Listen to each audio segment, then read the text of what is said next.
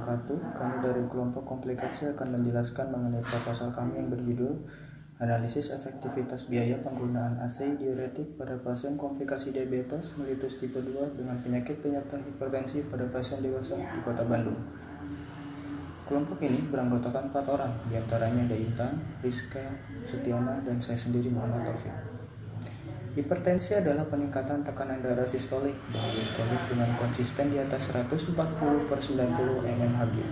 Sedangkan diabetes adalah salah satu penyakit kronis yang sering ditemukan pada abad ke-21 ini.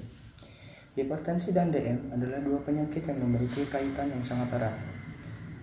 Dua keadaan ini adalah masalah yang membutuhkan pengelolaan yang tepat dan seksama. Salah satunya pada biaya, sehingga perlu dilakukan penelitian dalam hal penyediaan obat yang cost efektif dan diharapkan dapat membantu penyedia layanan dan pasien dalam mengelola pengobatan yang efektif dari segi biaya maupun dari segi pengobatan. Untuk rancangan penelitian ini menggunakan metode pengambilan data secara retrospektif yang diambil dari penelusuran dokumen rekam medik di rumah sakit pada periode 6 bulan. Untuk tempat dan waktunya bertempat di Kota Bandung pada bulan Desember 2020. Populasi dan sampel. Populasi pada penelitian ini adalah data rekam medis pasien hipertensi di Kota Bandung pada periode tahun 2020. Untuk sampelnya, sampel yang diambil pada penelitian kali ini adalah data rekam medis pasien hipertensi rawat jalan yang diberikan terapi antihipertensi yang memenuhi kriteria inklusi dengan jumlah sampel 100 data rekam medis pasien rawat jalan hipertensi periode Desember 2020. Lanjut ke pola penggunaan obat. Jadi secara umum penggunaan obat antihipertensi ini terdiri dari 6 golongan. Golongan yang pertama yaitu diuretik, salah satu contohnya furosemid. Lalu golongan yang kedua yaitu ACE inhibitor, salah satunya yaitu kaprofil, dan golongan ketiga ada ARB atau angiotensin reseptor blocker. Salah satu contohnya yaitu kandesartan, dan golongan yang keempat ada beta blocker, salah satu contohnya propanolol. Golongan kelima ada kalsium channel blocker, contohnya amlodipin, dan golongan yang terakhir ada golongan lain, contohnya metildopa. Jadi terapi obat yang diberikan kepada pasien hipertensi ini sering ditambahkan obat antihipertensi golongan lain atau obat lain untuk menyembuhkan atau memperbaiki kondisi pasien. Lalu peningkatan dosis dan penambahan obat antihipertensi golongan lain dapat dilihat apabila target tekanan darah tidak tercapai dalam waktu 1 bulan pengobatan.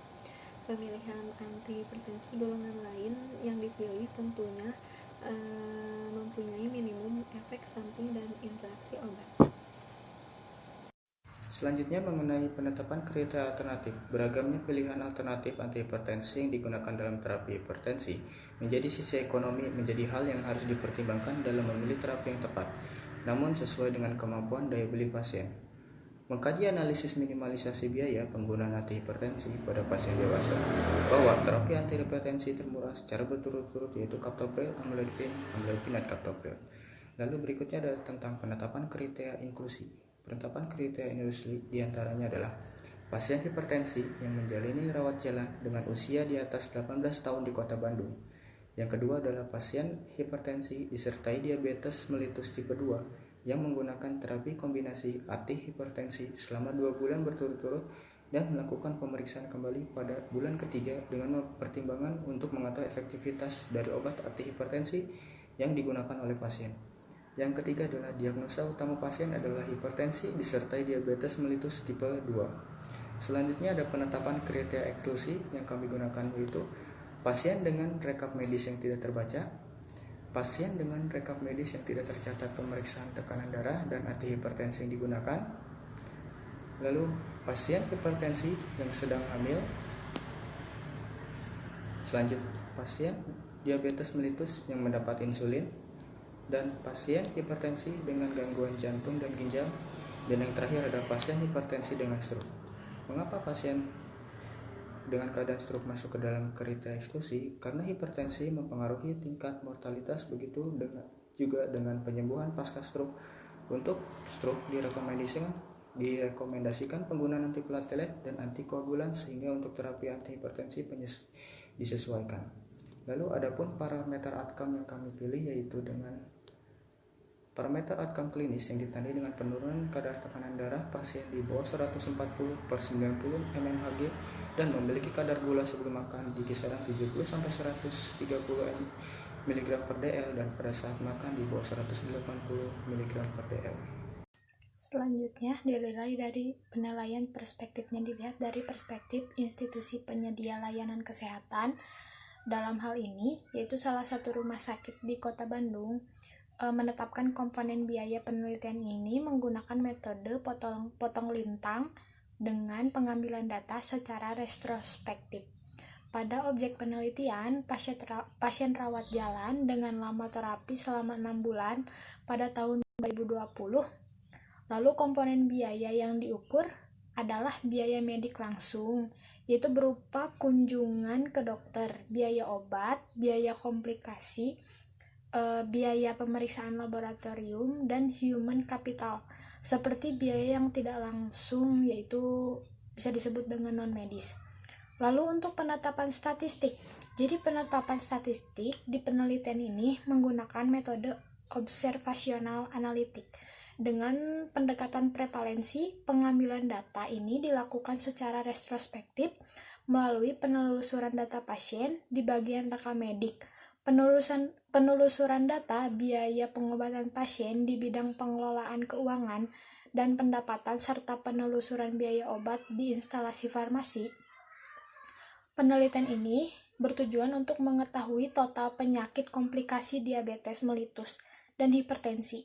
Berdasarkan retrospektif di salah satu rumah sakit di Kota Bandung, subjek penelitian yang digunakan dalam penelitian ini adalah seluruh pasien komplikasi diabetes mellitus rawat jalan di salah satu rumah sakit di Kota Bandung yang didiagnosa diabetes mellitus pada periode Januari sampai 2020 dan memenuhi kriteria inklusi.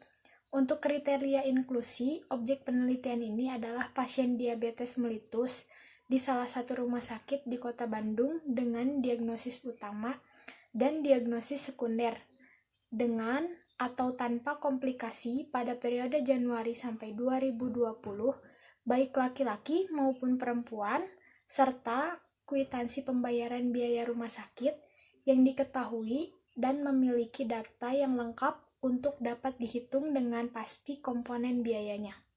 Untuk kriteria eksklusi, yaitu pasien yang memiliki penyakit gangguan hati atau ginjal. Bahan yang digunakan dalam penelitian adalah data dari rekam medik dan rincian biaya. Rincian biaya ini berupa biaya administrasi, biaya obat dan bahan medik, terus biaya jasa layanan, biaya tindakan medik, biaya penunjang medik, biaya akomodasi untuk kelas lama rawat inap. Lalu ada pasien di DM tipe 2, baik rawat inap dan rawat jalan. Selanjutnya saya di sini akan menjelaskan tentang penetapan analisis farmakoekonomi. Hasil analisis ini dinyatakan sebagai rasio, baik rasio ASER maupun rasio ISER. Rasio ASER yaitu menunjukkan rata-rata total biaya medis langsung suatu terapi dibagi dengan hasil klinis di dalam bentuk persen efektivitas. Adapun rumus rasio ASER yaitu ASER sama dengan biaya medis langsung satuan rupiah dibagi efektivitas terapi satuan persen. Selanjutnya, ISER atau rasio ISER digunakan dalam penentuan biaya tambahan dan efektivitas terapi yang didapatkan ketika diberikan alternatif terapi. Adapun rumus rasio ISER yaitu ISER sama dengan biaya A dikurang biaya B dibagi efektivitas A dikurang efektivitas B. Dapat disimpulkan Dari penetapan hasil analisis farmakoekonomi, perhitungan ASER dilakukan, dimasukkan nilai total biaya dan persen efektivitas pada diagram efektivitas biaya untuk menentukan perlu tidaknya analisis ISER. Apabila intervensi dibandingkan dengan intervensi lain, maka perlu dilakukan analisis ISER. Sedangkan intervensi memiliki biaya atau efektivitas yang sama, maka tidak perlu analisis ISER. Sekian presentasi tentang proposal analisis efektivitas biaya penggunaan ACEI diuretik pada pasien komplikasi diabetes mellitus tipe 2 dengan penyakit hipertensi pada pasien dewasa di Bandung. Assalamualaikum warahmatullahi wabarakatuh.